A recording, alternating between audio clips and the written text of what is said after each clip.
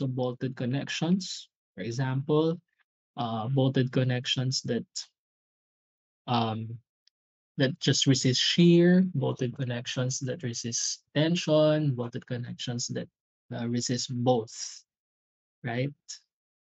And also yung mga spacing requirements, what bolts are used in the industry, how to install bolts, and ano ba yung mga failure modes ng bolted connections. Okay? And of course, design bolts. Okay, so that's my goal for today for you to learn. Ayan. Let me just share my screen.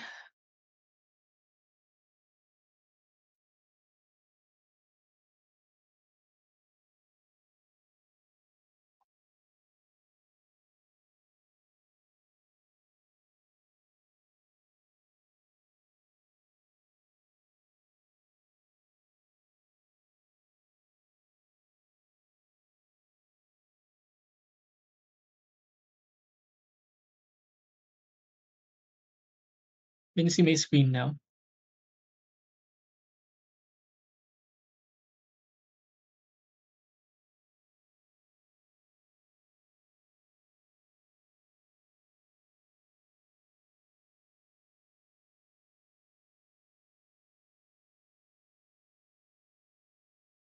Ah, nawala.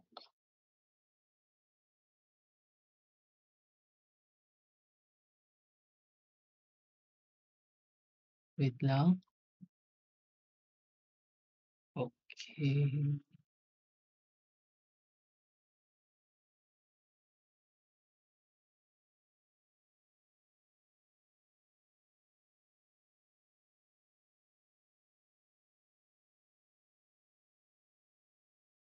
Share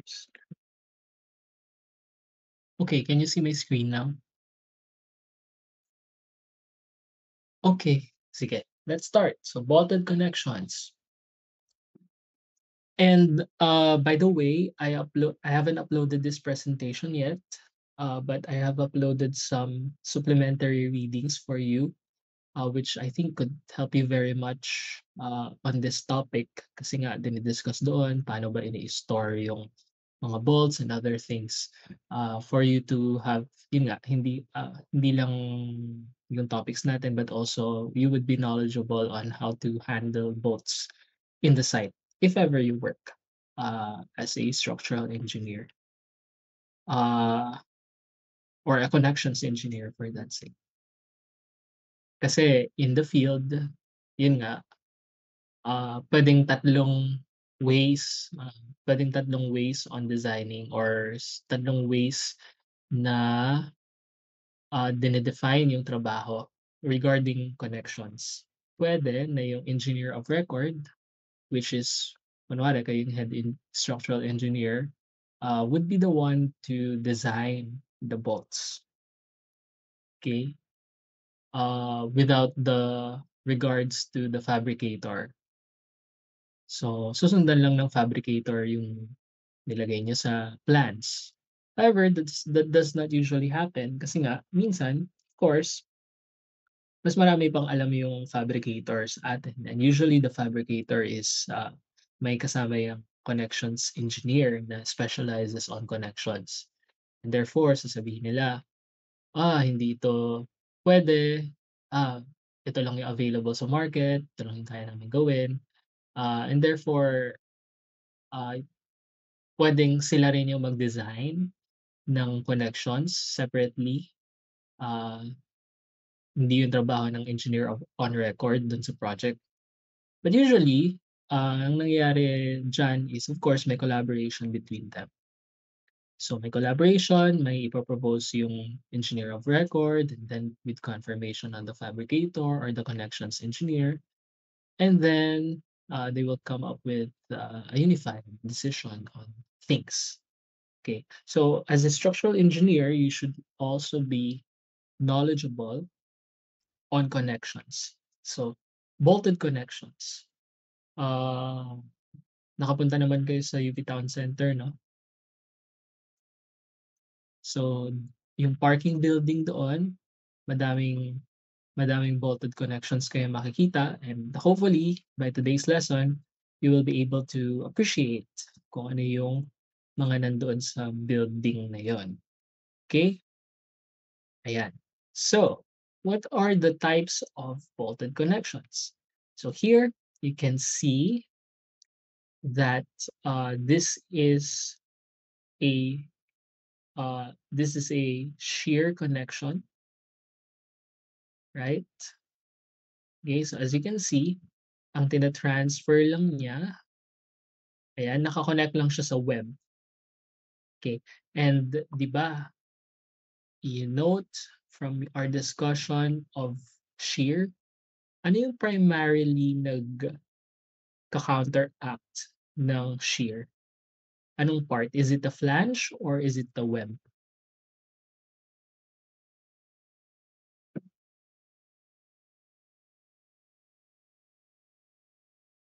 It's the web. Very good. And if you see this kind of connection, meron siya sa web, ibig sabihin nagre-resist yan ng shear. Anong implication ng wala siyang connection sa flanges? Anong implication nun? What do you think? Tama ba na dahil wala siyang connection doon sa flanges, itong beam na ito, walang connection sa flanges, tama ba na hindi siya nagre-resist ng moment?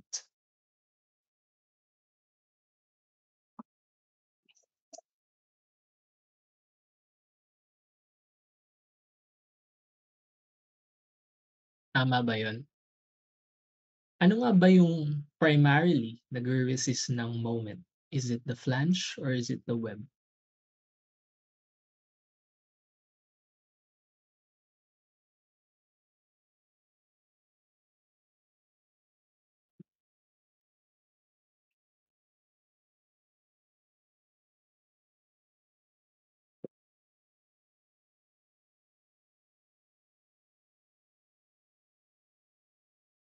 Um, we should probably look at the stress distribution. Of course, if this is the case, ang stress distribution niya linear, right? And as you can see, yung outermost fibers, which are the flanges, sila yung may pinakamalaking strength contribution with regards to resisting bending moments. And the fact na hindi siya connected dito, ayan, walang connection na bolts dito, okay? Ibig sabihin niyan, hindi ito designed to resist bending moments. Therefore, if pag nakakita kayo ng ganyan, which I would recommend for your project, itong connections na ito between beams and columns or even beams and girders, this is just a what you call this? A parang simply supported connection because it just resists shear. So hindi niya pinapasa yung moment.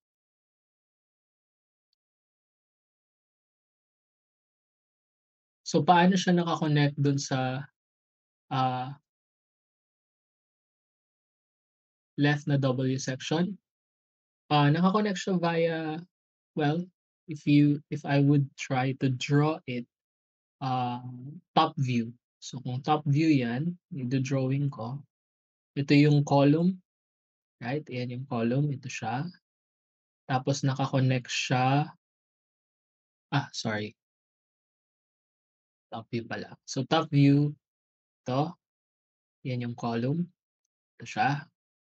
So naka-connect siya dito. Ito yung bolts niya.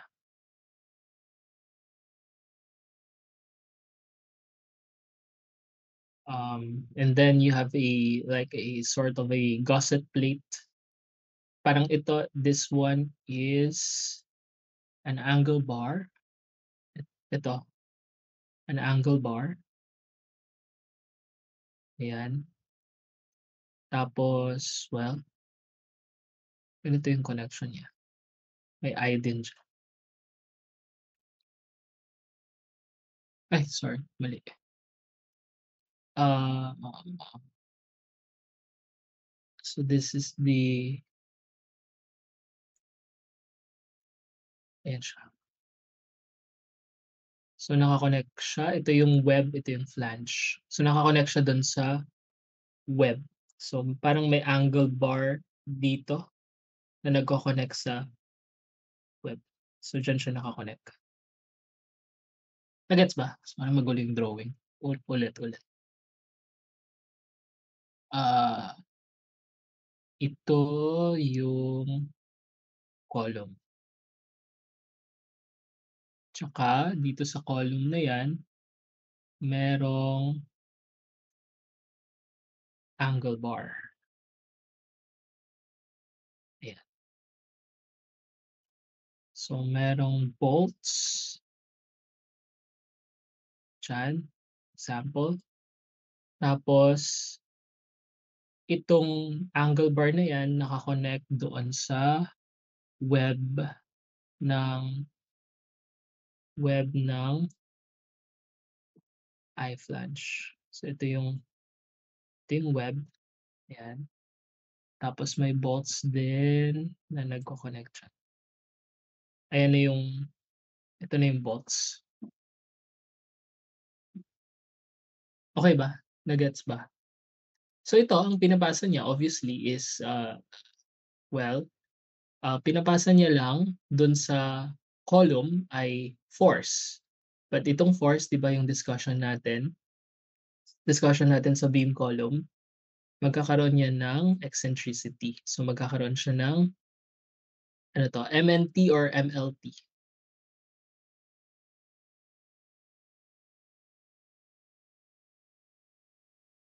yung R times E.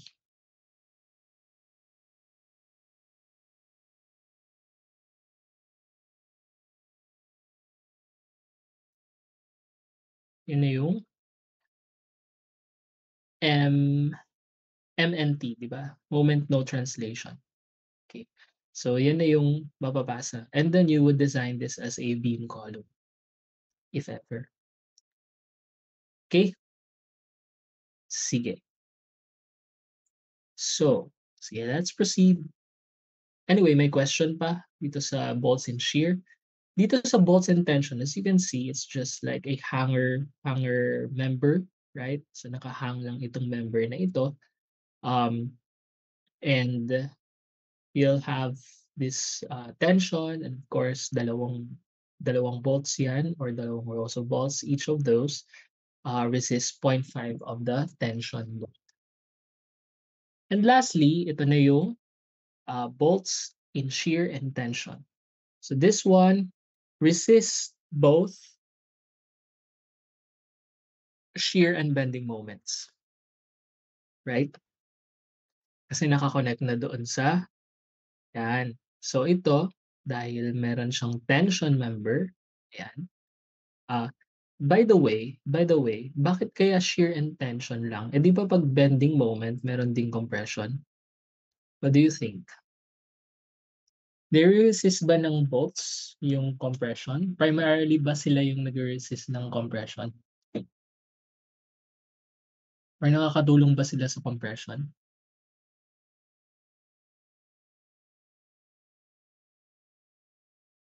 Ay, anyone?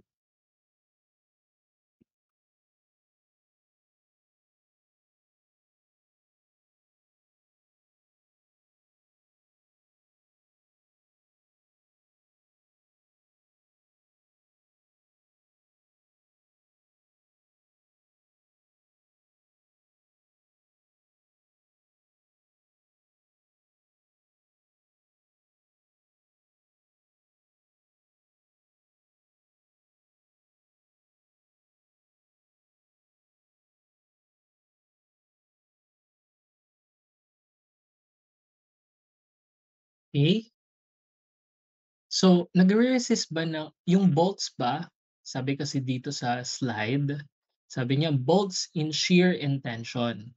But as you can see, this kind of system resists both shear, ayan yung 0.5p, and bending moments represented by this couple, yung compression and tension.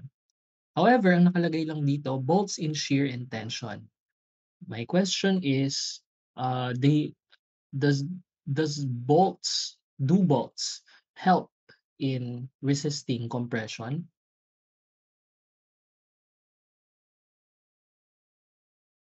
Sila ba yung primarily nagre-resist ng compression in a member locally? What do you think? So no, 'di ba? Kasi yung bolts lang naman, they're just trying to clamp, right? To clamp the two members together. So ibig sabihin nakatulong pa dun sa bolts, nakatulong pa sa trabaho ng bolts na yung compression force, 'di ba? Hindi sila opposing dun sa ginagawa ng bolts. So ang nagre-resist talaga ng compression locally is, well, the member itself. So ang trabaho lang ng bolts is to keep things together, okay? Which is compression, yung trabaho nila. So hindi lumalaban yung bolts sa compression. Okay, sige. Let's try. Okay, so now naman we discuss bolt hole types. We discuss this primarily, okay, pero ang na-discuss lang natin is standard, which is most of the case is standard holes. So, you know this naman na, 'di ba? D plus 1 over 8 or D plus 1 over 16. Okay? Uh, D plus 1 over 16 for D is well, less than 1 inch.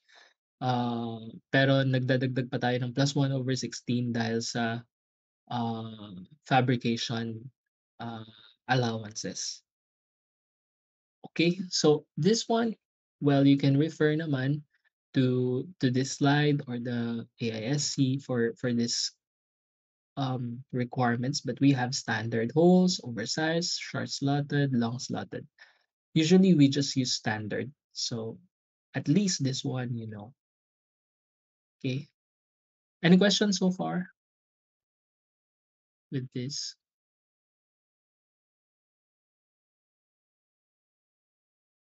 Okay. Sige. We proceed. Ito, edge and spacing requirements for bolts. So this is available in AISC table J3.4, and sinasabi dito that number one, yung edge requirement is approximately 1.25D to 1.5D. Okay? So makikita niyo yan sa AISC table J3.4. And then the the distance, right? The distance between the center to center distance between two bolts, okay, is 2 and 2/3 D to 3D. Okay?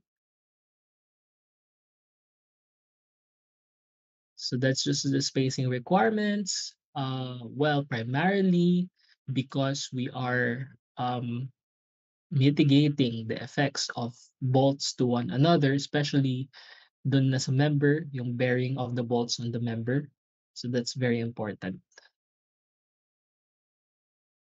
Okay? Sige, let's proceed. Unless my questions, you just interrupt me whenever. Then we also have grades of bolts. Okay, so in this grades of bolts, we have three groups: Group A, Group B, and Group C.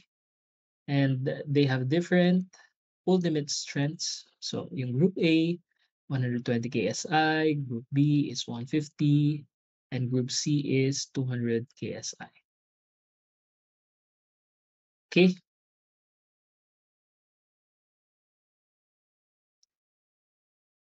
so homework na lang.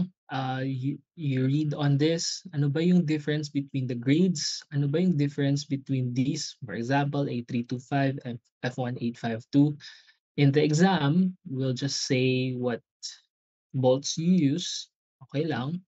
But of course, for deeper learning on this material, I really suggest that you read on kailan ba ginagamit yung A325, kailan ginagamit yung A354, grade VC, and other things. Okay so far naman? So, yeah, you just have different grades of bolts. That's what's important. And uh, here, we'll proceed to bolt installation. So bolt installation, there are three types, three ways to install a bolt. Okay, so shown here are the three types. Pwedeng snug tight, which is the most common bolt installation method with some provisions na pwede lang siyang gawin on certain things. Okay, so limited siya. And then pre-tensioned and slip critical. So isa-isahin natin yan. So, snug tight bolted connections. Sorry, medyo wordy yung slides, but bear with me kasi nga very important yung mga points na ito. Ano ba yung paano ba natin masasabi na snug tight yung bolted connections? Okay, so first, tightened enough such that they cannot be removed using a wrench. Okay, so sino yung mga nag naggagawa ng ah, mga mechanical things sa bahay nila?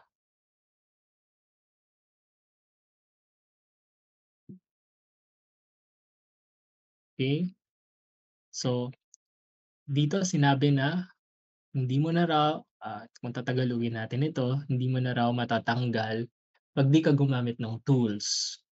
Okay, hindi ba masyadong subjective 'yan? What do you think?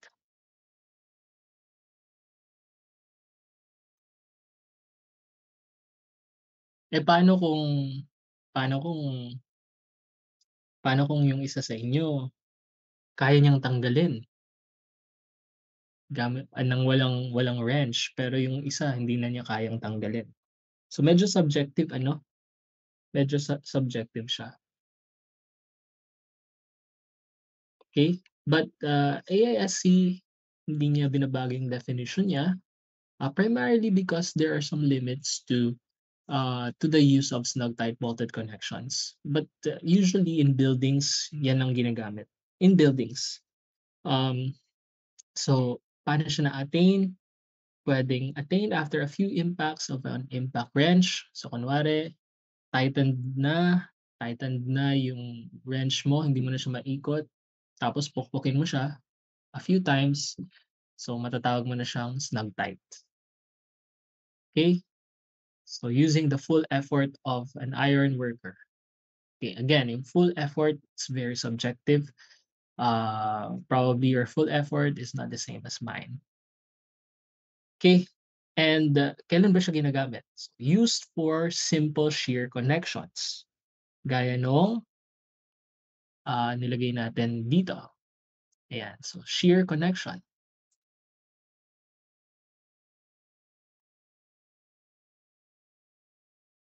Sorry. Hindi yung, may tanong kasi, hindi ba masisira yung threads ng bolts once na pinukpok? Hindi. Hindi mo naman pupukpukin yung bolts, eh. Ang pupukpukin mo yung wrench that is holding the bolts. So, iniikot mo lang yung wrench para mag-tighten yung bolts. Baka iniisip mong pupukpukin yung bolts, of course masisira yung threads nun. Okay. So, saan ba siya ginagamit? I hope nasagot yung question. But, let's go back.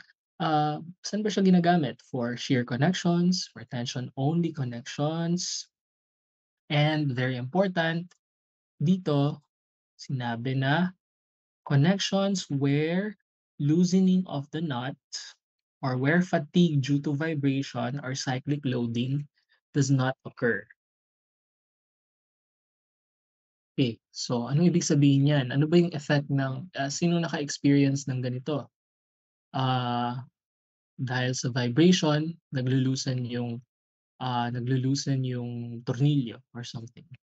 Ako may first hand experience ako dito kasi nga, ah, I ride a motorcycle sometimes, and dun sa motor ko meron siyang holder ng phone. Okay, although hindi ko naman ginagamit yung holder ng phone kasi nga hindi naman ako nagfo-phone while driving. Well, I tightened the knot para hindi siya mag-loosen.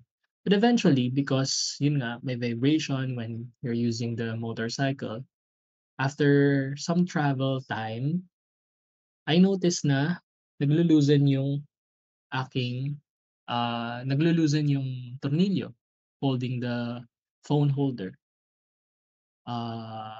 So yeah, so that's one of the things na because of the vibration, nai-induce na mag-loosen yung mga bolts. So we don't use that. So we don't use that. For buildings primarily pwede. Pero for example, you're going to design a bridge where there's a lot of vibration, whether footbridge ba yan or any type of bridge, may vibration na nangyayari dahil sa pagdaan ng mga tao or vehicles. You cannot use snug tight bolted connections. What you can use is pre-tension connections. So this has a greater clamping force than snug tight connections and naka-specify sa AISC kung ano ba yung clamping or required pre-tensioning for each of the bolts. Depends on the diameter also. Okay, so these are used for column splices in buildings with high height to width ratio. O bakit kaya?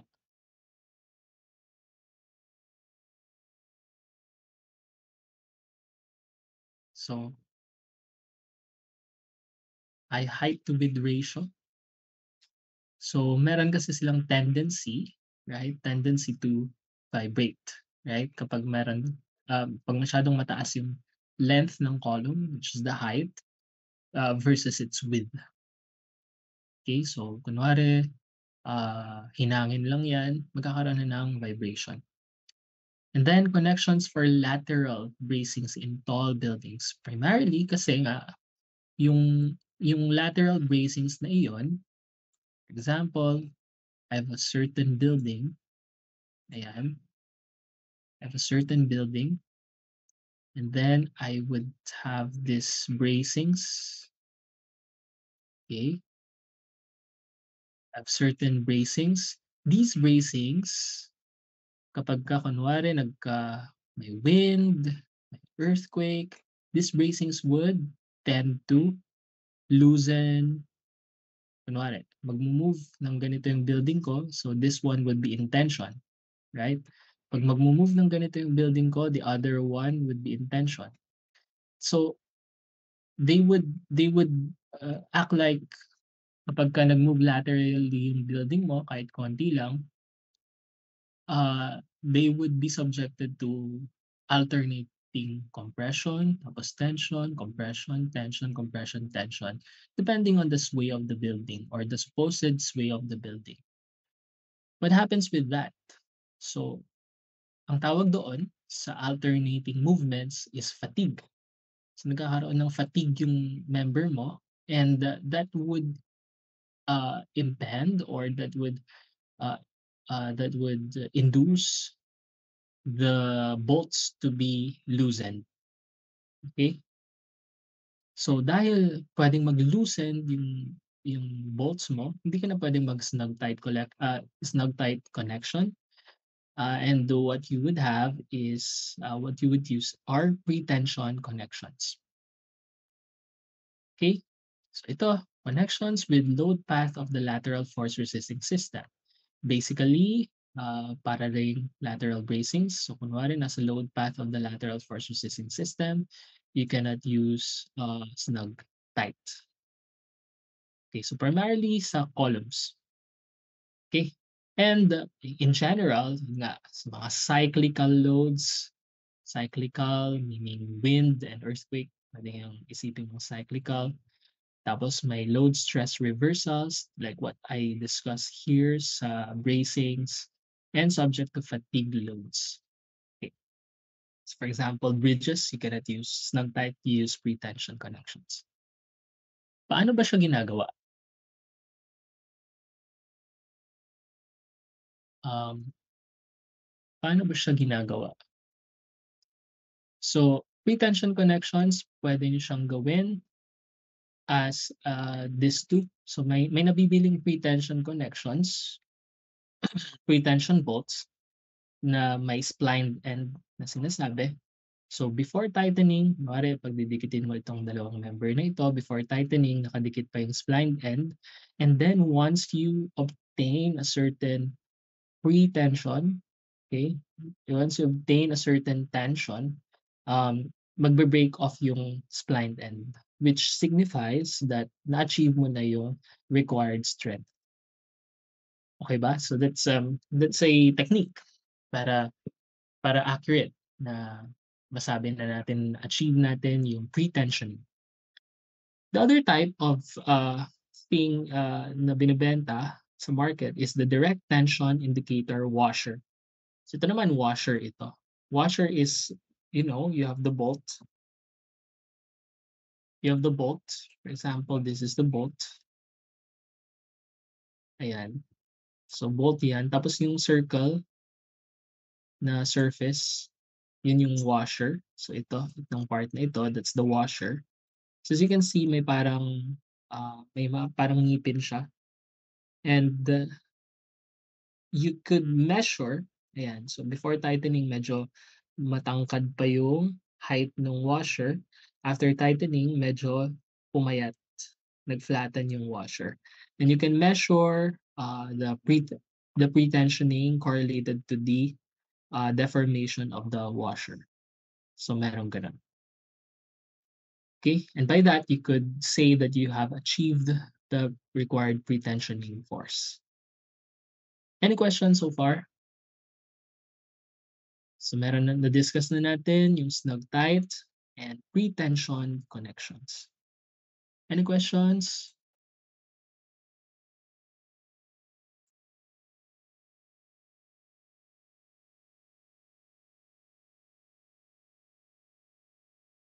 Wala naman? Okay.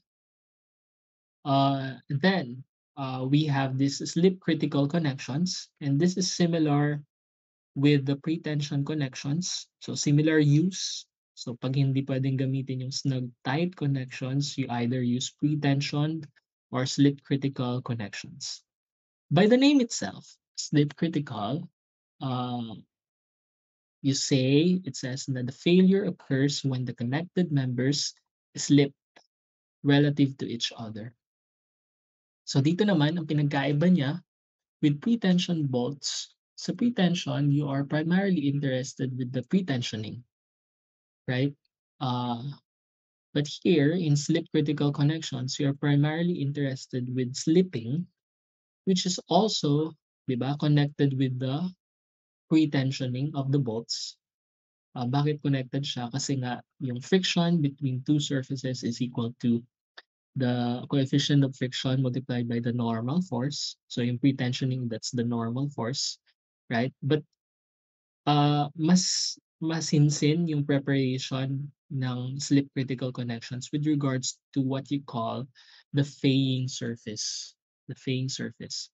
So if we go back here, yung surface between the bolt and the member, yan yung tinatawag na faying surface. So this surface between the bolt and the the connecting member, that's what you call the faying surface. Okay, so if that's the case, paano ba meron tayong dalawang types of faying surface. We have something called class A, and we have this minimum mean slip coefficient or the coefficient of friction. And class B, mas malakas. Ito naman yung minimum slip coefficient.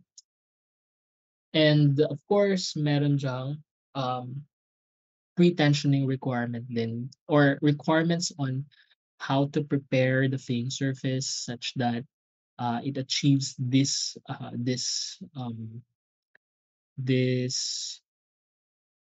types or this mu, okay? This requirement of mu, meron naka-detail sa AISC.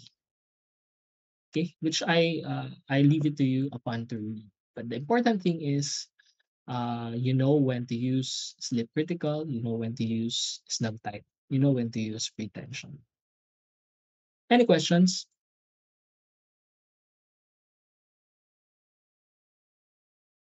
Nandiyan pa kayo?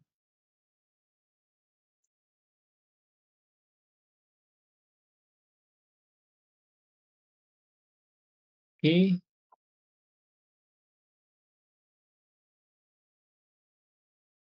sige. Okay. Now, we move on to failure of bolted connections, right? So, na-define na natin, na-lay down na natin yung ano bang available sa atin.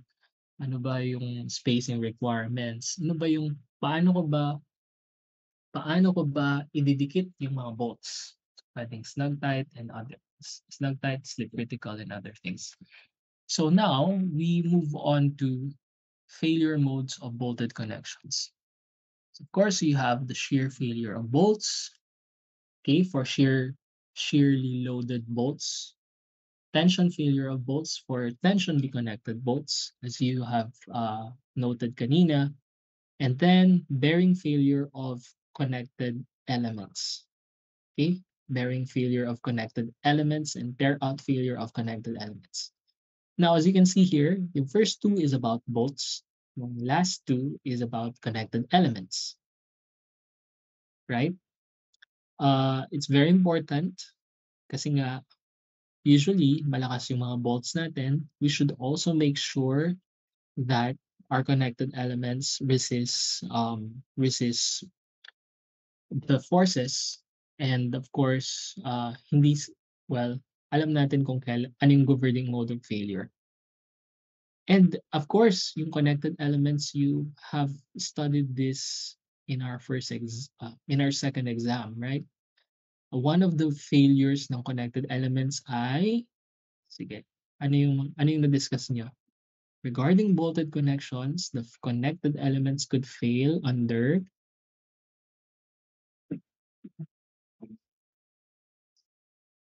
sige, tensile yielding, okay, block shear. Okay? Remember, dahil sa mga bolts, nagkakaroon ng pwedeng ma-induce yung block shear failure. So, one thing, alam niyo na, we will just discuss this four. Okay? Bearing failure of connected elements and tear out failure.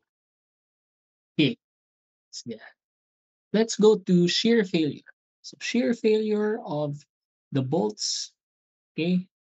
So, if you have this, okay, this is a connected element, this is a connected element. If you look at the free body diagram of the bolts, so I would just do this. So ES102 lang ito, right? ES102.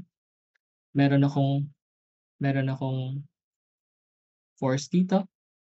May force ako dito, right? That's the free body diagram of the bolts. And right, if you look at this section, right? Ano yung stress na nararamdaman ng bolt sa gitna? Of course, may nararamdaman siya. So may pika dito, right? Naghati ako, nag-section ako. May mararamdaman din siyang P dyan. Therefore, the internal stress is equal to P over A, right? Where P is equal to this force P na in-apply dun sa connected member divided by the area of the bolt, which is what?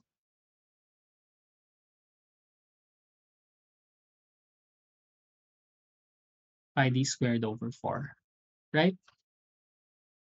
So that's the main concept. Pwede diyang mag-fail yung bolts mo. Okay, but we'll have more provisions later, but I'm just connecting you to ES102. Any questions here? Shear failure of bolts?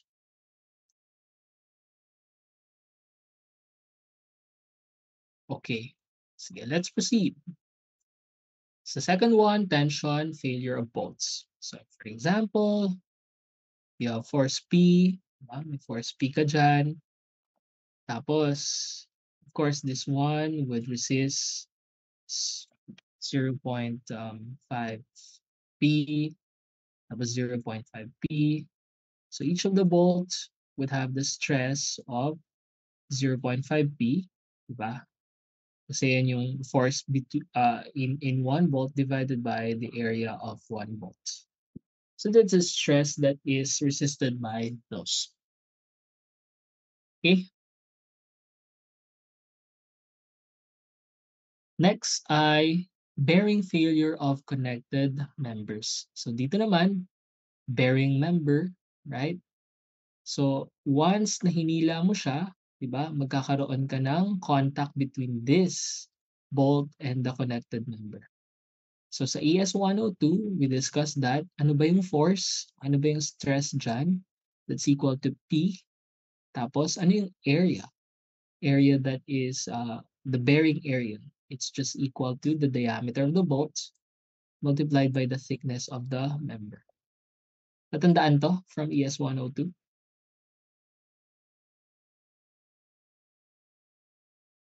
Tatandaan niyo?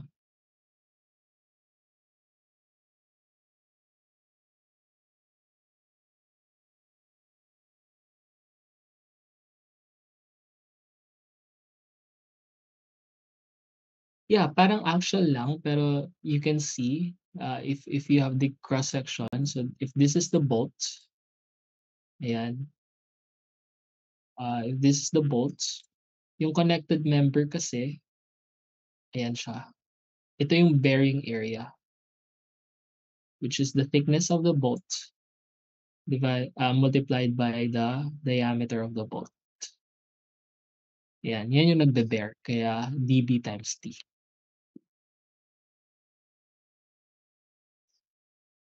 Okay? So, okay, next. So, very simple lang. Wala mo na yung formulas ng AISC. And we have this tear-out failure, which will be something new to you. But ito yung theory behind that. If you or intuition behind this, if you have a force applied here, right, may chance na sasama, okay, sasama itong area na ito, itong dash, itong thing na ito, pwede siyang maiwan. Okay, so pwede siyang mag-tear out. Okay, so we'll have also a formula for this, which will be shown later. Not familiar for you kasi hindi ito na-discuss sa ES-102, but we'll discuss it. Okay, so you have 4, right? 2 for bolts, shear and tension, and then 2 for connected members, bearing failure and tear out failure. Okay. So we also have this, well, I think you're also familiar with this. You could have a single shear, ayan, and a double shear.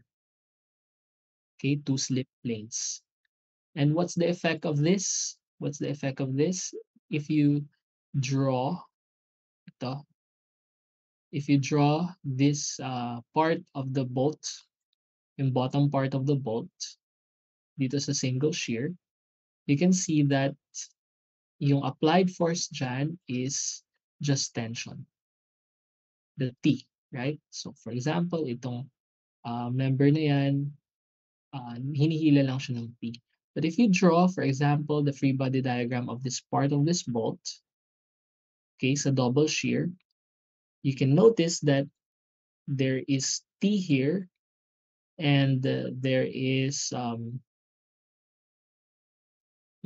T dito, or T over 2, and then there is T over 2. Ibig sabihin, yung stress na nararamdaman dito ay half ng stress na nararamdaman pag single shear. Right? So again, please review this. Anyway, pag binalikan naman yung free body diagram, you must know ano yung shear force na nararamdaman ng bolts. Okay. Any questions so far?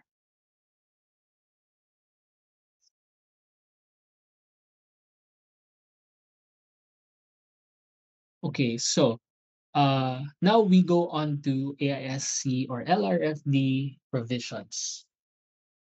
So first we discussed, di ba, the design shear and tension strength of snug tight or pretension bolts. Sabi natin, it's just P over A, right? And in this case, that's true. Now, Rn, yan yung phi, yan yung, sorry, Rn, yan yung P, right? The force. This phi Fn, this Fn, huwag muna yung phi, sorry, ulit. So this Rn is the force, yung Fn, that's the shear stress, okay? Shear stress or tension stress. Okay, depends kung tension or shear yung iyong mode of limit state. And then this AD, that's the unthreaded body area of the bolt.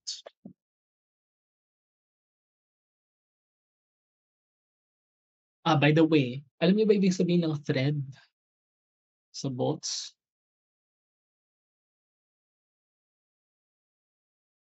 Sino hindi nakakaalam? So yung thread is, for example, you have the bolt. May part dyan, ito yung unthreaded area. Yung threaded area ay yung may parang lines na pwede niyong i-tighten. Okay? So, this is the unthreaded area. This is the threaded area. Okay? Sige. So, this is just stress formula, right? Stress formula. So, now, you'll have this 0.75. Again, this is for snug tight or pretension bolts. Okay? Yung slip critical, medyo mas mahigpit yon. Okay? Kasi nga, ang failure nun is by friction lang eh. Okay? So, pag nag-fail na yun by friction, hindi na viable yung design niya. So, very critical yan. Okay, bakit hindi kasama yung threaded area? Later, we will have provisions for the threaded area. For example, nasama kumbaga ang nagbe-bear pala is threaded area will also have the provisions for that. Okay? Sige. So here, um, in connection to your question, um, ito yung mga sa ultimate tensile strength. So, paano ina-account yung threaded area? Ina-account na siya dito sa FU. Okay, so in this table, you can see the bolt type. So, ano ba yung bolt type? So, group A bolts. Alam niyo naman yung group A kanina, di ba? Pinakita ko. So, group may A307. This is a threaded bolt na. So, wala na siyang distinction between the, for example, this table with threads included. Ito naman, with threads excluded. So for example, sa design natin, we say na doon sa doon sa doon sa connection natin, for example, ito yung connection ko. Ayan. Tapos I will connect them with a bolt. Okay? Tapos yung ah bolt ko pala threaded dito sa may bearing parts of the bolt. Okay? So parang nagbe-bear yung threaded parts ko of the bolt to the connected member. So if that's the case, you say that it is N. Okay? So pag sinabing with threads included, N. For example, A325N. So A325 siya pero with threads included. Dito naman, A325X, meaning with thread excluded.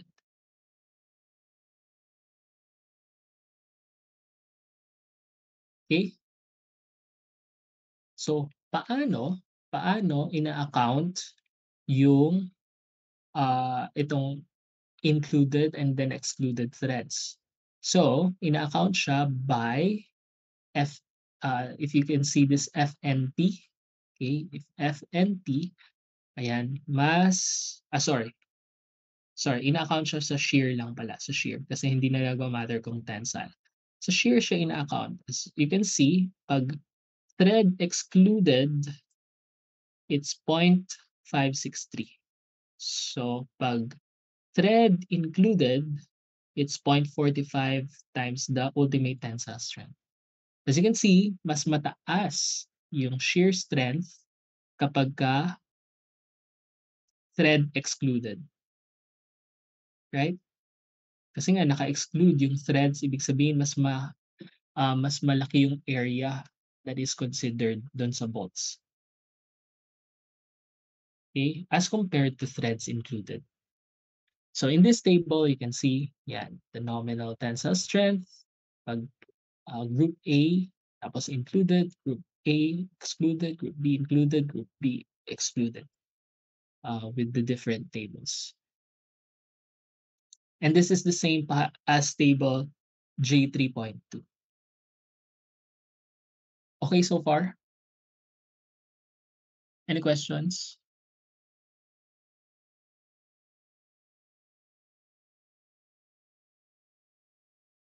Sige, babalikan naman natin yan sa examples. So you'll have first-hand experience.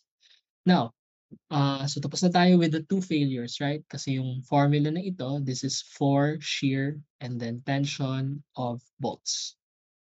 Okay, how about bearing failure? So bearing failure, you have two. As you can see, di ba? Ang formula natin kanina is P, which is the force, is equal to the stress multiplied by diameter of the bar times T. And you can see it here, right? So this sigma is the Fu, this dt is this dt, diameter times the thickness of the bar, thickness of the connected member, and then there's an Rn, which is the force. Tapos meron lang nilagay dito na 2.4. Okay, so this is like by experiments, ito yung usual na strength nila. Kasi nga, hindi naman ibig sabihin na yung sa ES-102, very idealized kasi yun. Okay, in this case, hindi siya masyadong idealized.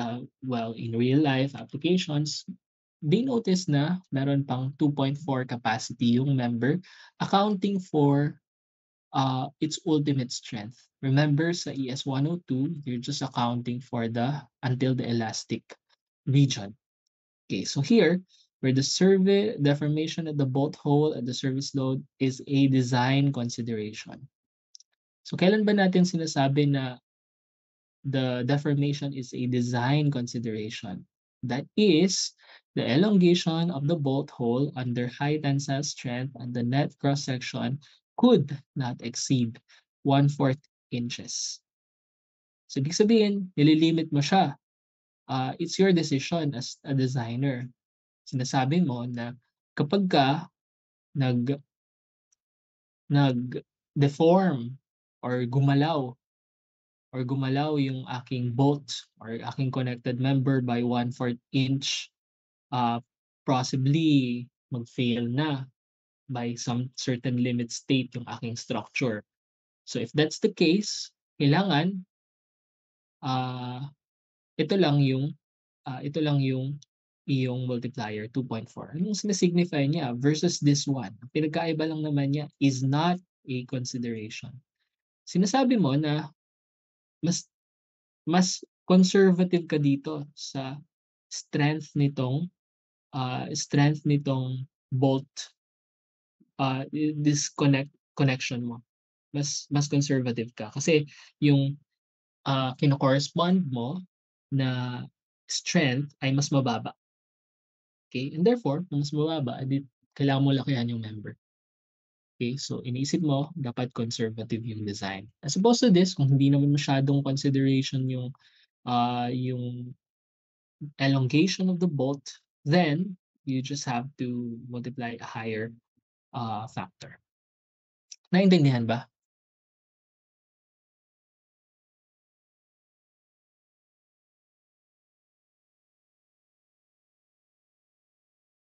Okay, sige.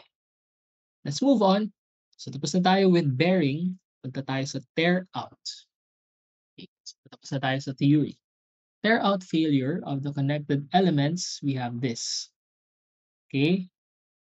So tear out, meron kang force, meron kang stress, right? And then meron kang T times LC. Ano ba yung LC? Okay. Pero before we define that LC, it's just dimensions na area. Again, this one, if the deformation is a design consideration, okay, mas maliit yung kino-correspond po na force kesa capacity kesa sa when the service load is not a design consideration. Mas malaki yung factor. Pero let's look at the meaning of the parameters of the symbols right here. Especially yung LC. Yung T, alam niya na yan eh. That's the thickness of the connected member. So ano bang ibig sabihin? So again, phi is 0.75, Rn is the nominal bearing strength in kips, right? Or tear out. LC is the clear distance between the edge of the hole. So dito na papasok yung concept ng edge distance and spacing requirements. So that's the clear distance between the edge of the hole and edge of the adjacent hole. So for example, in this bolt 1, right? Ano yung interested tayo na LC? Is it LC1 or LC2? Kapag hinila mo yan, ano yung magte-tear out? Yung part ba ng LC1 or part ng LC2? With regards to bolt 1.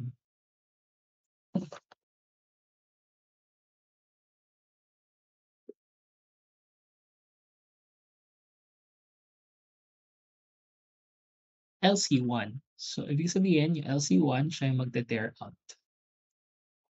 Okay? So, ang gagamitin na LC for this bolt is LC1. Ang gagamitin na LC for this bolt is LC2. So, sinasabi mo yan yung magte-tear out. Got it?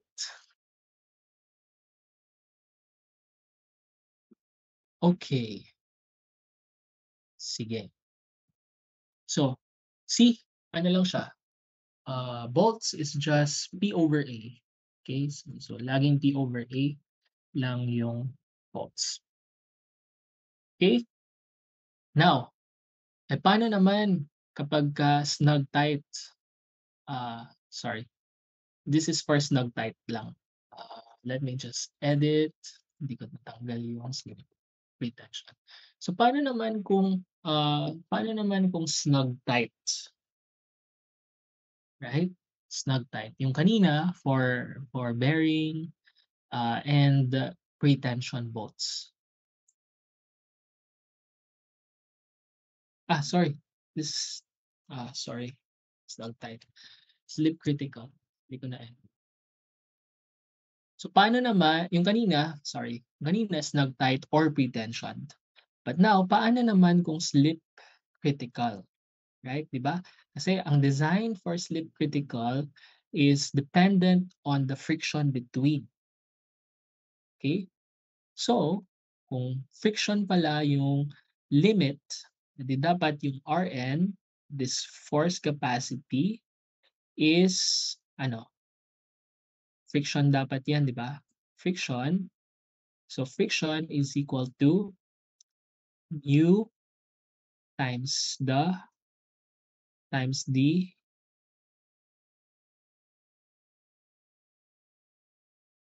normal force.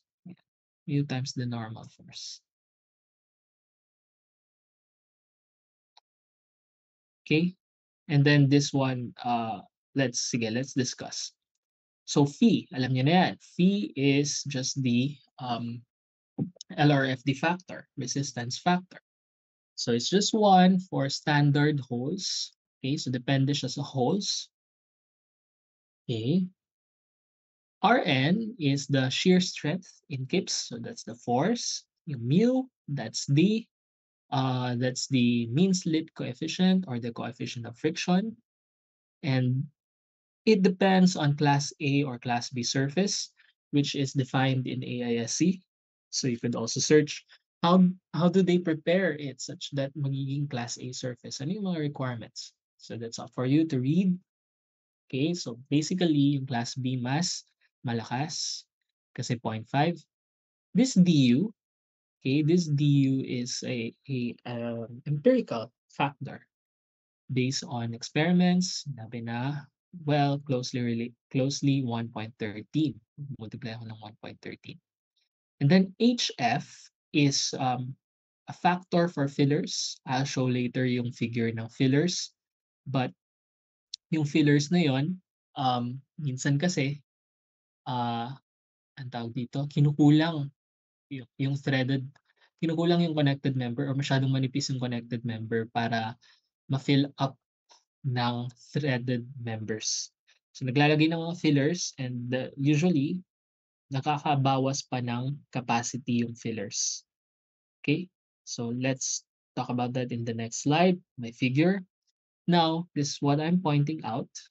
NS is the number of slip lanes or surface. So ibig sabihin, pag mas maraming slip lanes, mas maraming friction. Right? Tama? Mas maraming contact dun sa members, mas maraming capacity, mas malakas yung capacity, mas malakas yung friction. And then of course yung TB, you can think of this as the normal force. So it's just basically Rn times mu, Rn or the frictional force is equal to coefficient of friction multiplied by normal force multiplied by kung ilan ba yung slip surfaces mo. Okay. Naintindihan ba yung itong formula from LRFT regarding slip critical? DU is just an empirical factor. So from experiments lang yan.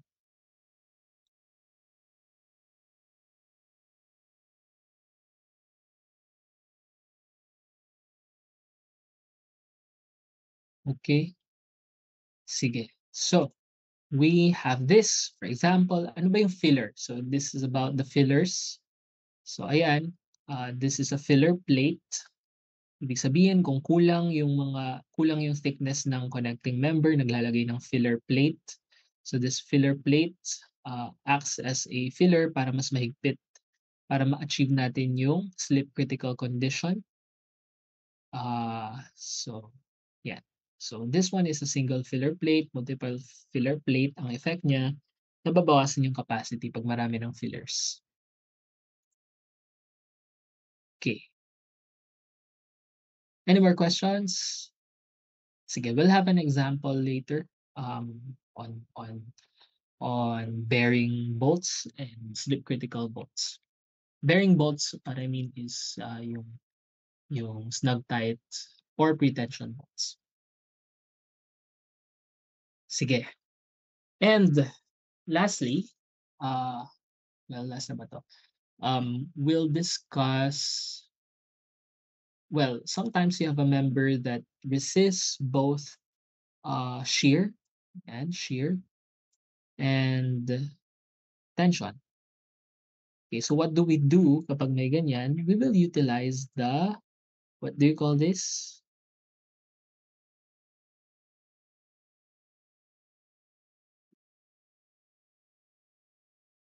What do you call that?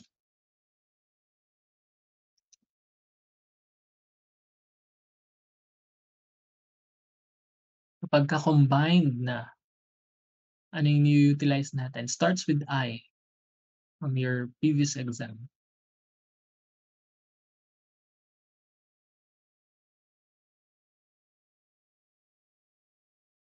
Tama, interaction equation. Okay, so this is an interaction equation and the goal of this is hindi lumampas ng 1 yung the sum of load over capacity ratio. Graphically, graphically, well, you could have this as this one. Okay, so this is the AIS equation, right? AIS equation. Of course, pag nasa loob ka, so pag nandito ka, acceptable yung design. Kapag ka nasa labas ka, hindi na acceptable yung design.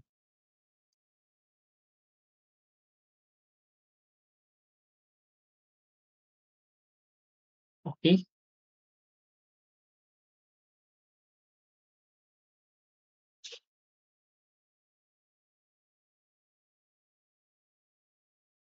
So we could have this ASC J3.3. All right.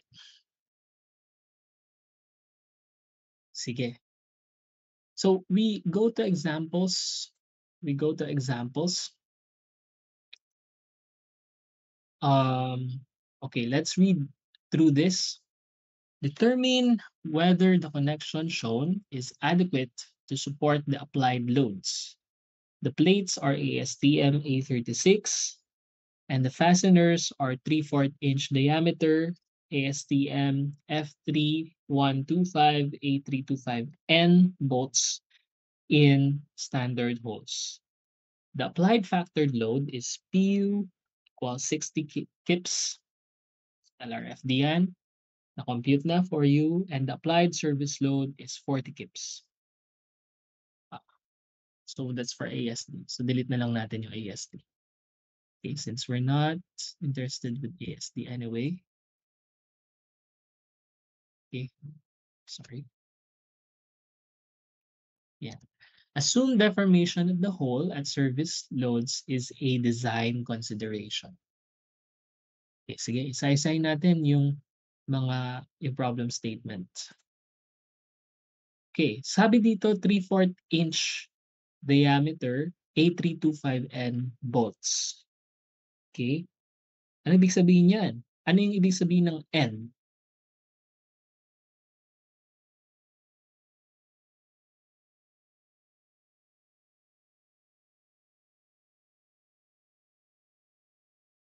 Included. Included yung what? Okay, included yung threads. So pag pupunta tayo dito, A325N, right? Asan siya? Anong group?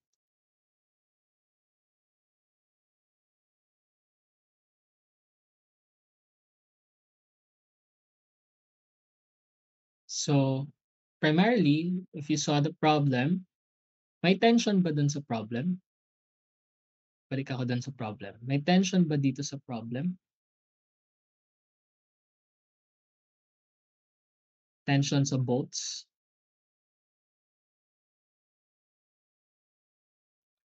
Wala, puro shear lang. So when you go to this table, anong number tayo interested?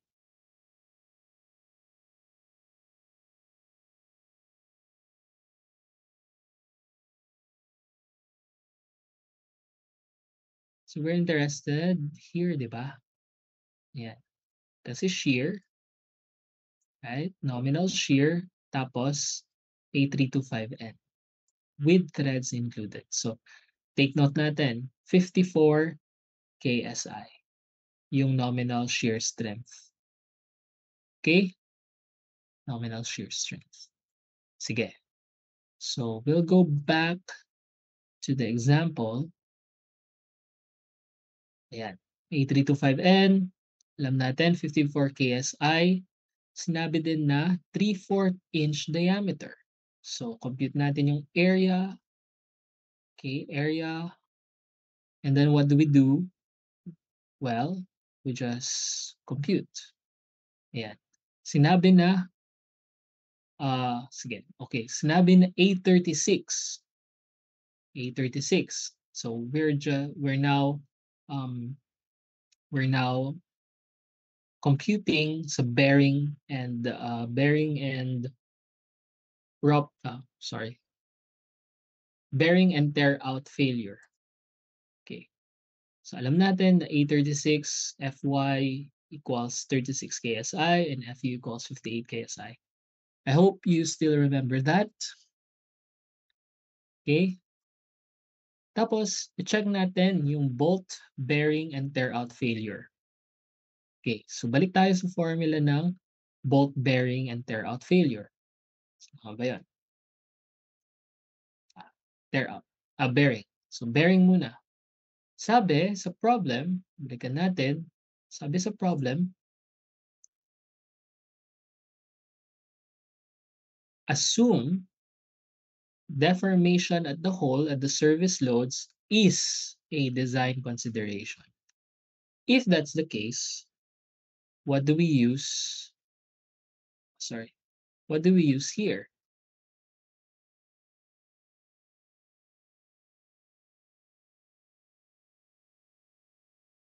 2.4 or 3.0?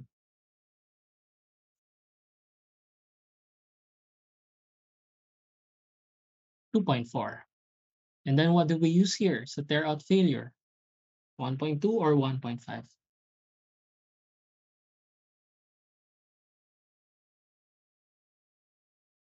Okay, so 1.2. Very good. So, ganun lang, kadali.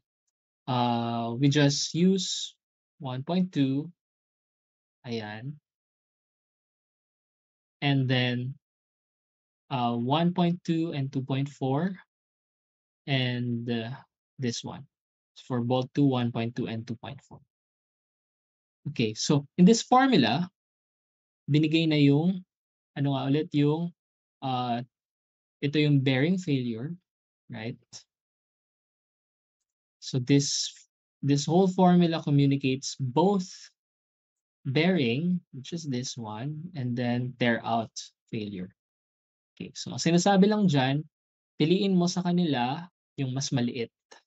Okay, yun yung magiging strength ng bolt. Okay, let's focus on bolt 1. Okay, bolt 1. So alam natin na phi is 0.75. Okay? Tapos kokopyahin ko lang yung 1.2. LC is 1.06. Do you agree with that? We go back to the problem.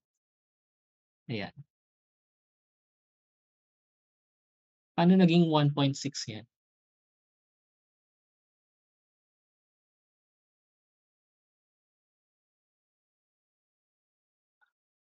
Yan. Paano naging 1.06 pala?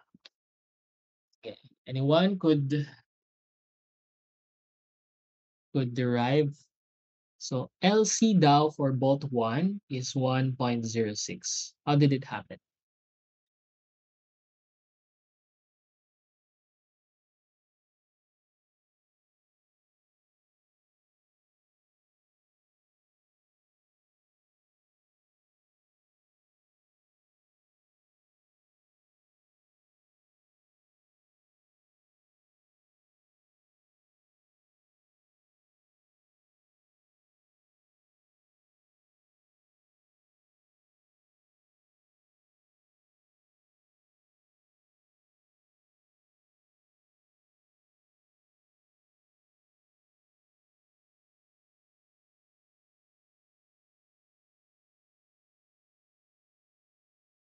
Anyone?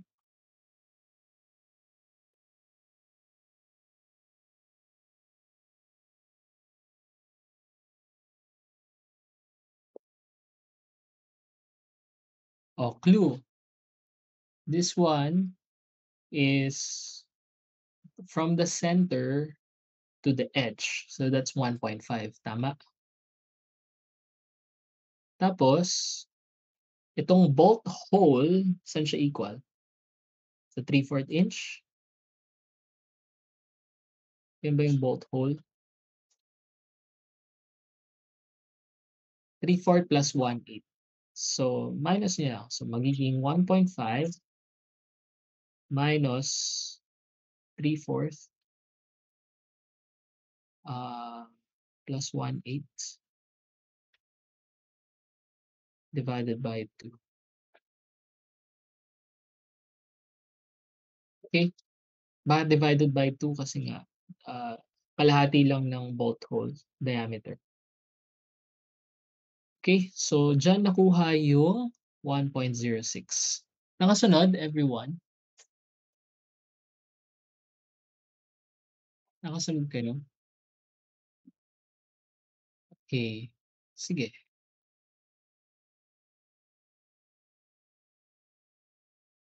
Okay, let's go back to our so alam na natin 'yan, confirm. How about the T? The T is, well, we go back here, the thickness is sabi niya 5/8. Ano ba yung 5/8?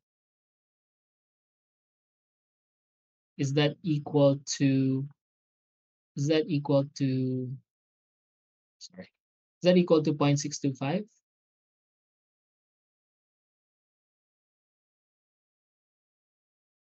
Tama 'no?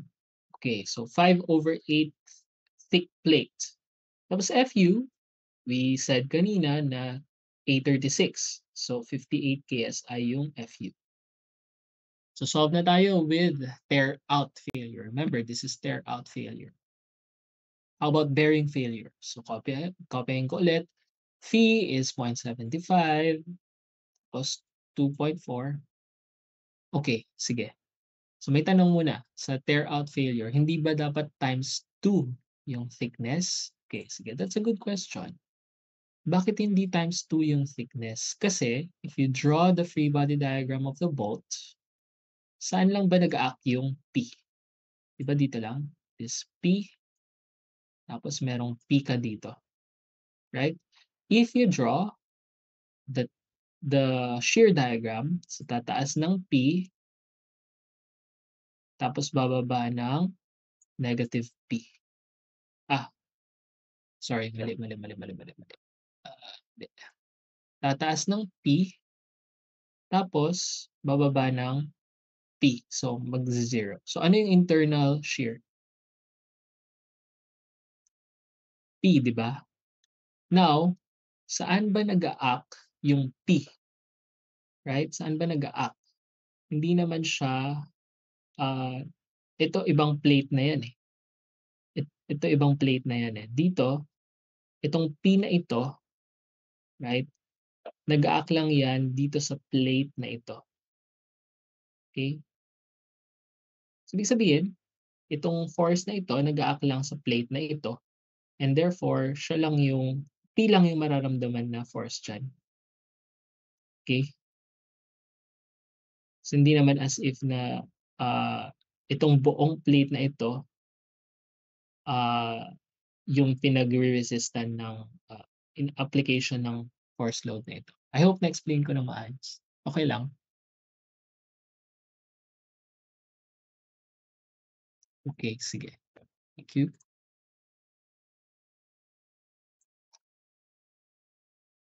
Okay, sige. Let's go back to bearing failure.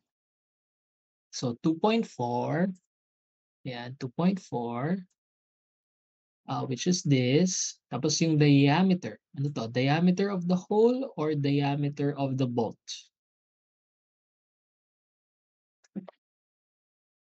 Ano nga lang ba yung nagbe-bear doon sa connected member?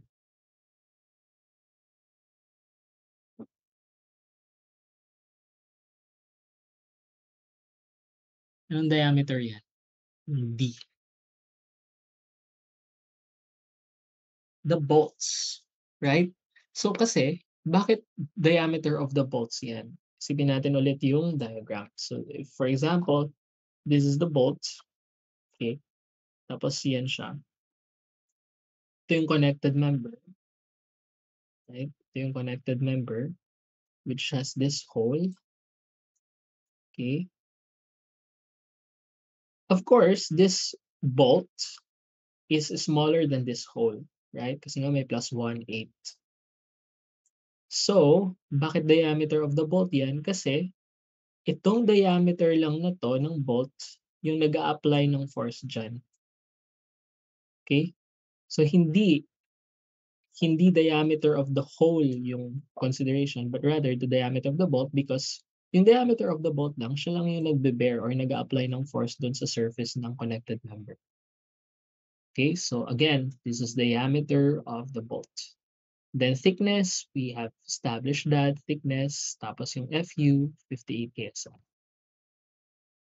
Okay, so just solving this, ang pinili ay yung mas maliit. Ibig sabihin, anong limit state yung governing? Is it tear out failure or uh, bearing?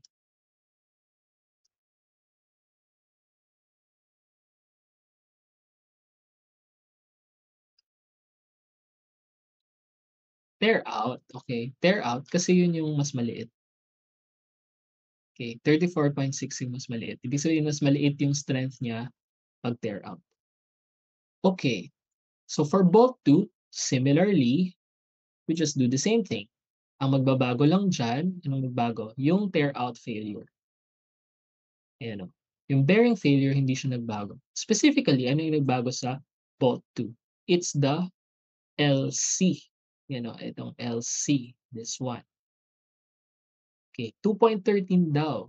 Paano yan na-compute? Paano yan na-compute?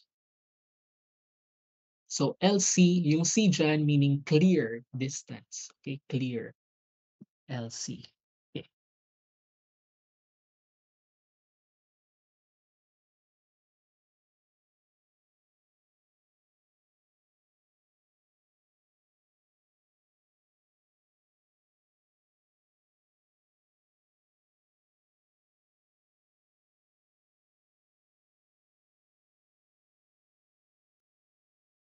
Okay, so nakuha yung LC2 by 3 minus 3/4, okay, plus 1/8.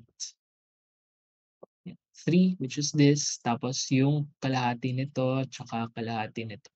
So, pag pinag-add mo yan, it's just the diameter of the hole. Okay. I hope everyone is following. Yan. Sorry.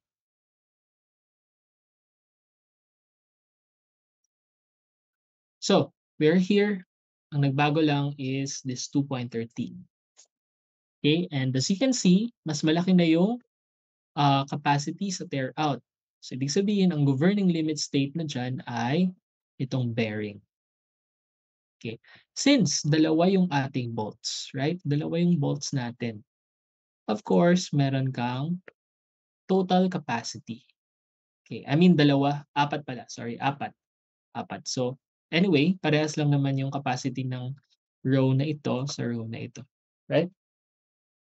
So, how do we compute the total capacity? Yeah. So the total strength or capacity of the connection in bearing and tear out considering all the bolts, all the 4 bolts is, so may dalawa kang 34.6 yung nasa row dito, and may dalawa kang 48.9. So just sum all of them, you get 167 kips.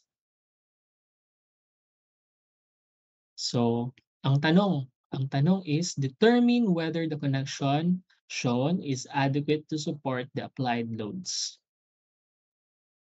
Okay. Ang applied load natin dun sa problem ay, ayan pala, nandun na sa problem. Ito, 60 kips. So, ibig sabihin, this is greater than 60. Therefore, okay for bearing and tear out. Any questions sa example?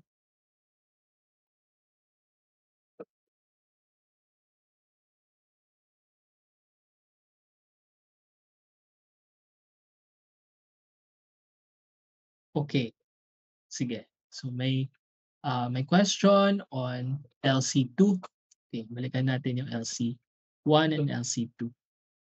So yung LC1 kasi, bakit siya may divided by 2? Kasi if we zoom in,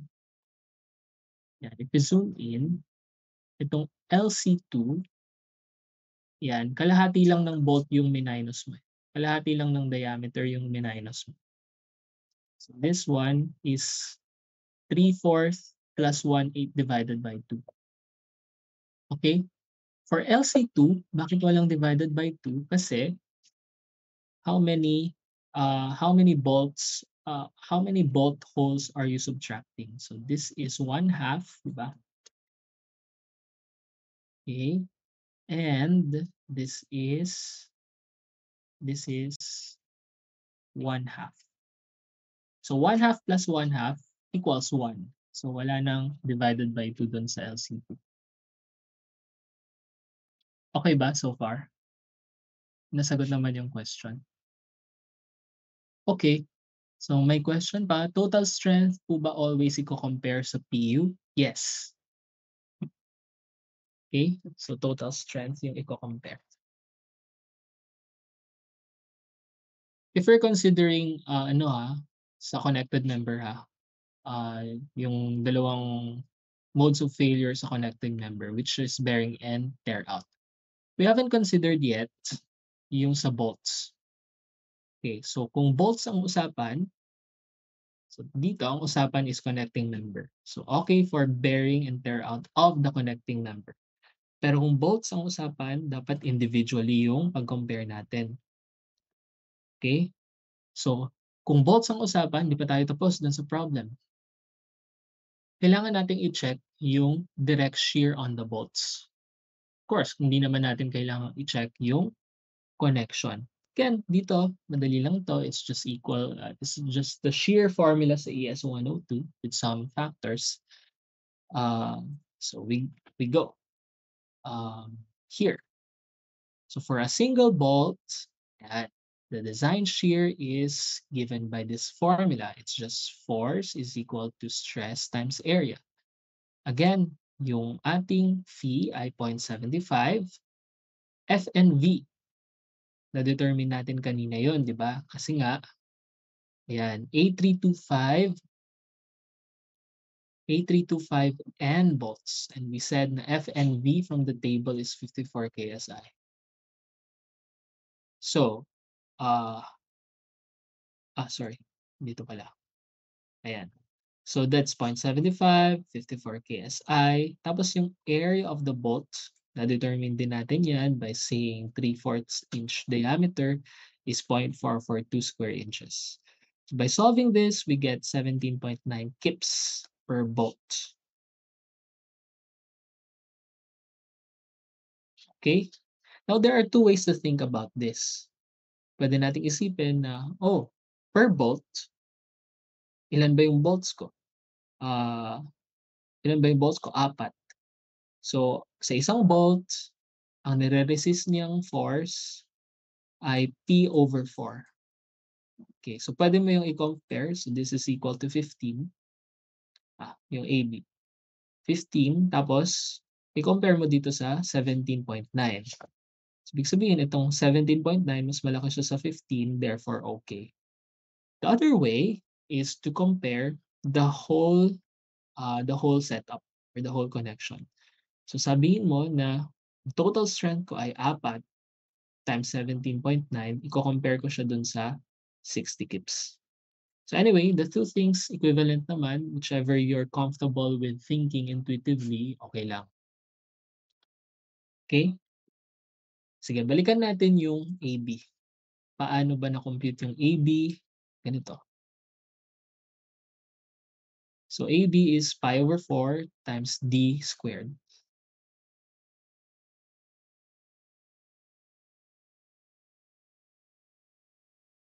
Okay?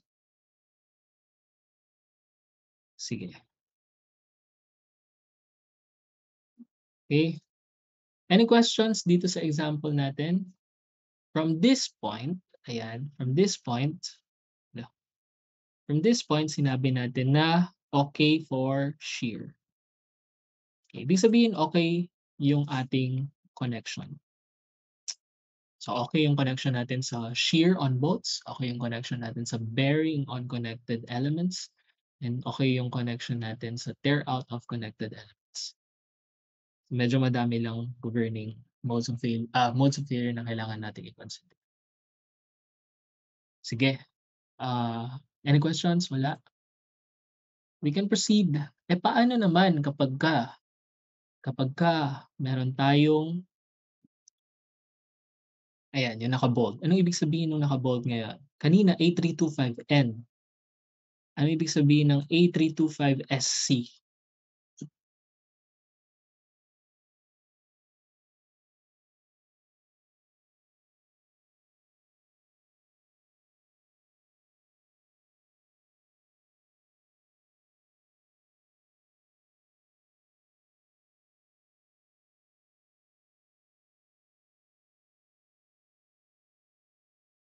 Correct, sleep critical. So, dito naman sleep critical yung, ating bolts. Ibig sabihin, gagamitin siya for members that may have vibration, fatigue loading. So, natatakot tayo na maging mag natatakot tayo or mas hindi tayo conservative sa mga ganyang bagay. Okay, so what will you expect would be the strength of this? Would it be higher than the bearing or would it be lower than the bearing bolts?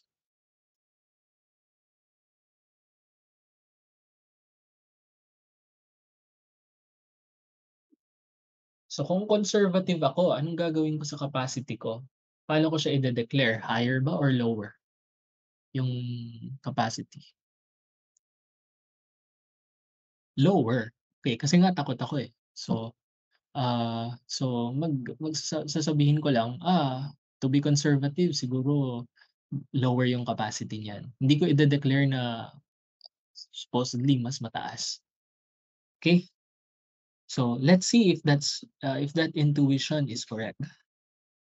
Okay, so check direct shear on bolts, with slip critical connection. So this one, ito yung formula natin. Sorry, medyo maliit, but this one is the whole formula. But let's see. Anong NS? Bakit siya one slip plane only? If we go back to our figure, ayan, isa lang naman yung slip plane niya. This one is the slip plane. Okay, so kinaklamp mo itong dalawang surface na ito and you wanted this, yan, buong yan yung mag-resist ng force P. Okay, so ito yung slip plane mo. Okay, so next. Pag greater than 1 yung slip plane, edi double shear ka. For example, this one. So this has two slip planes. Two slip planes. Okay? Sige, balik tayo sa problem.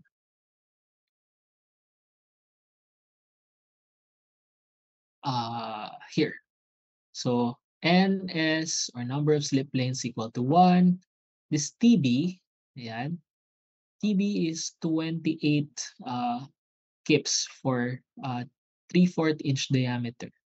So from table 9-1, it's a reference book na ginagamit ko. Let's find it. Should be here.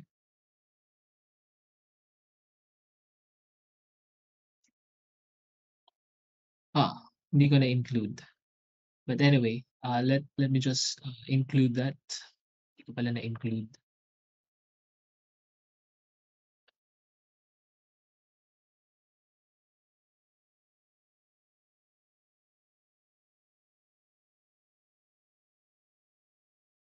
Sorry. So this is also from table J3-1 if you have your AISC with you.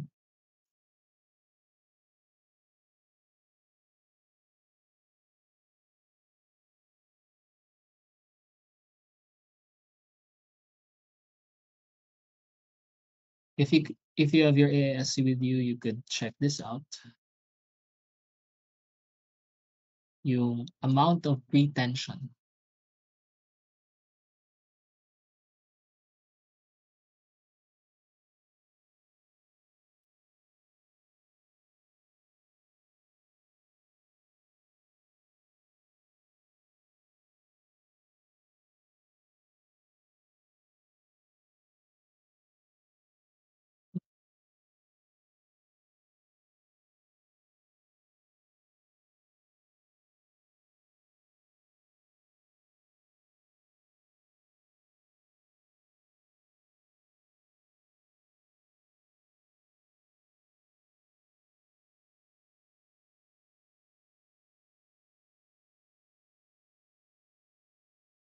Okay, sorry about that. Oh,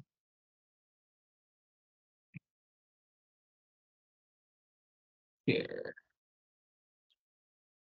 So this one is the amount of pretension. So the amount of pretension depends on the bolt size. Okay, and ito yung amount of pretension. Of course, this one is specified na by the preparation of the surface, the slipping surface, or the yung pinakita ko kanina na technique on pretension bolts na dependent on the washer and on the what do you call this? Uh, dependent on this. Yan. Sa spline and bricks. So pag titignan natin, 3/4 inches daw, right? Tapos group A, right? Ito yung minimum na pretension, 28 kips. So kailangan niya ng 28 kips para masabi natin na may enough na pretension doon sa slip critical bolts. Okay? So let's go back. Um, saan na tayo? Here, right? So 28 kips for 3/4 inch diameter A325 bolts. So that's the required. Again, this is the required pretension para masabi natin na slip critical siya. Tapos, titignan natin HF, no filler plate. Ibig sabihin, it's equal to 1. Okay, if we go back to the meaning of HF, 1 siya kapag wala kang filler plate. And then the value will become 0.85 if you have 2 or more filler plates. And if you see the figure here, wala namang filler plates. So HF is equal to 1. Okay? The next DU is 1.13. That's a constant. And then sabi dito, class A faying surface. So 0.3 pag class A. 0.5 pag class B. And then, pag sinabing standard hole, then phi is equal to 1. Okay, so meron din tayo dun sa formula natin kanina. Okay, which is here. Phi is equal to 1 for standard holes. Okay, and then just applying the formulas.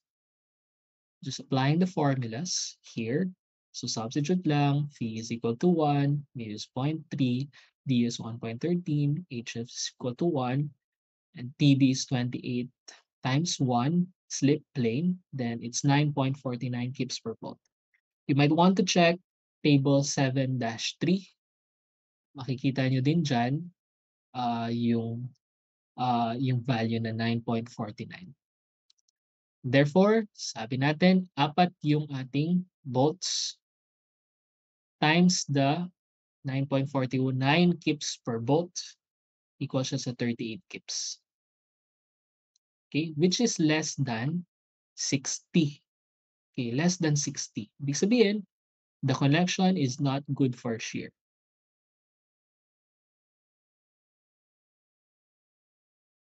Okay? So, ano yung gagawin natin para maging good siya for shear?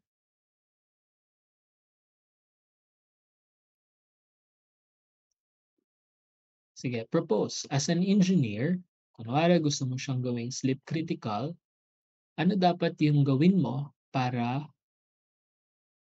maging good siya for shear?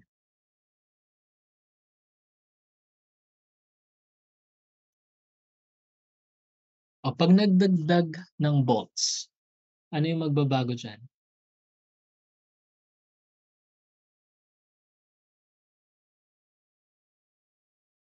Pag nagdagdag ng bolts, meron bang number of bolts dyan sa formula na yan?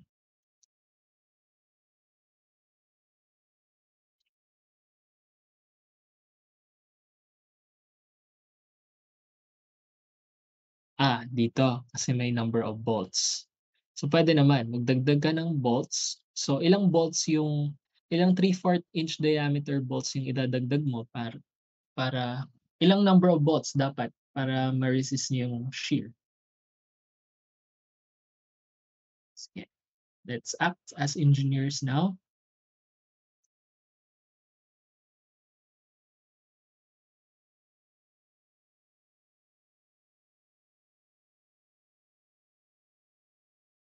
Okay, sige. So, may nagsabit, 3 more. So, 4 plus 3, 7. Agree ba lahat? 7 bolts ang kailangan natin in total?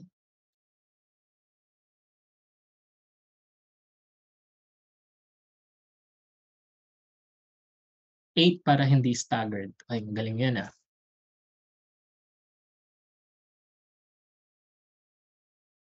Okay, sige. So, at least alam natin kung paano mag-compute, 'yan. And well, I hope na by now parang you're feeling like you're an engineer. You can decide on things, mga ganiyang decision types.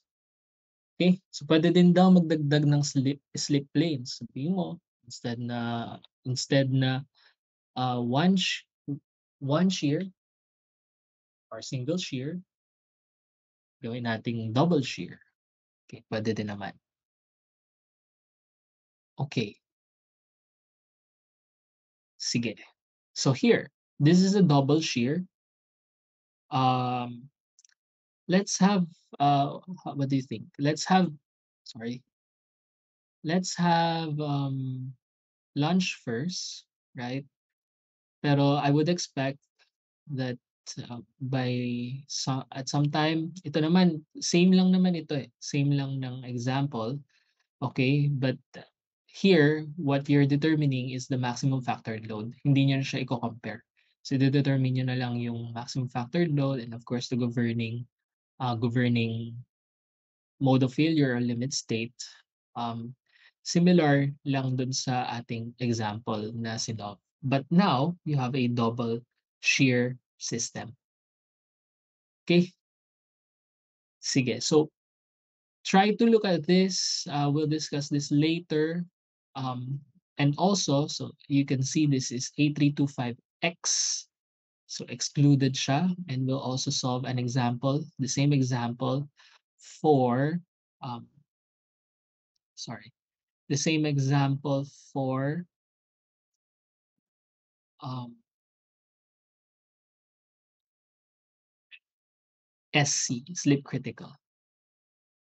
Okay, so that's it for our first part of the meeting. I hope hindi kayo masyadong overloaded with information and I've discussed it properly. Sige, any questions before we take a break and go back at about 1?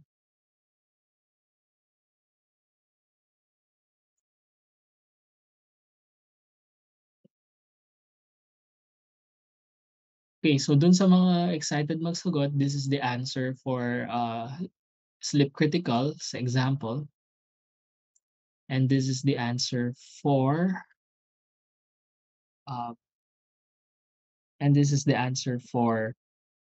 excluded, bearing excluded, thread excluded, 443.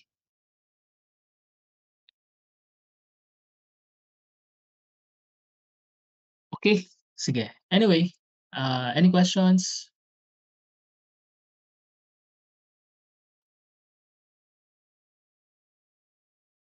Okay, sige. So let's take a break muna.